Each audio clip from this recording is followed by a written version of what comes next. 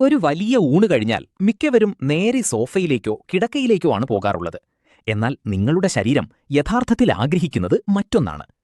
ഭക്ഷണം കഴിഞ്ഞ് നിങ്ങൾ അല്പം നടക്കുമ്പോൾ, അതിനെയാണ് ശതപാവലി എന്ന് പറയുന്നത്, നിങ്ങളുടെ കുടലുകളിൽ പെരിസ്റ്റാൾസിസ് എന്ന പ്രവർത്തനം സജീവമാകുന്നു. ഇതൊരു മെക്കാനിക്കൽ കൺവയർ ബെൽറ്റ് പോലെയാണ് പ്രവർത്തിക്കുന്നത്. ഭക്ഷണത്തെ ദഹനവ്യവസ്ഥയിലൂടെ വേഗത്തിൽ തള്ളാനും വയറ് വീർക്കുന്നത് തടയാനും ഇത് സഹായിക്കുന്നു. ഇതിനു പിന്നിൽ ഒരു രാസപരമായ കാരണം കൂടിയുണ്ട്. നിങ്ങൾ നടക്കുമ്പോൾ നിങ്ങളുടെ പേശികൾ രക്തത്തിലെ ഗ്ലൂക്കോസിനെ ഇന്ധനമായി ഉപയോഗിക്കാൻ തുടങ്ങുന്നു. ഇത് ഭക്ഷണത്തിന് ശേഷം സാധാരണയായി ഉണ്ടാകാറുള്ള രക്തത്തിലെ പഞ്ചസാരയുടെ വർധനവും അതുമൂലം തോന്നുന്ന കടുത്ത ക്ഷീണവും ഇല്ലാതാക്കുന്നു. വെറുമൊരു നടത്തത്തിലൂടെ നിങ്ങളുടെ ശരീരത്തിലെ ഇൻസുലിൻ 30% കൂടുതൽ കാര്യക്ഷമമായി പ്രവർത്തിക്കുകയും അമിതമായി കൊഴുപ്പടിഞ്ഞുകൂടുന്നത് തടയുകയും ചെയ്യുന്നു.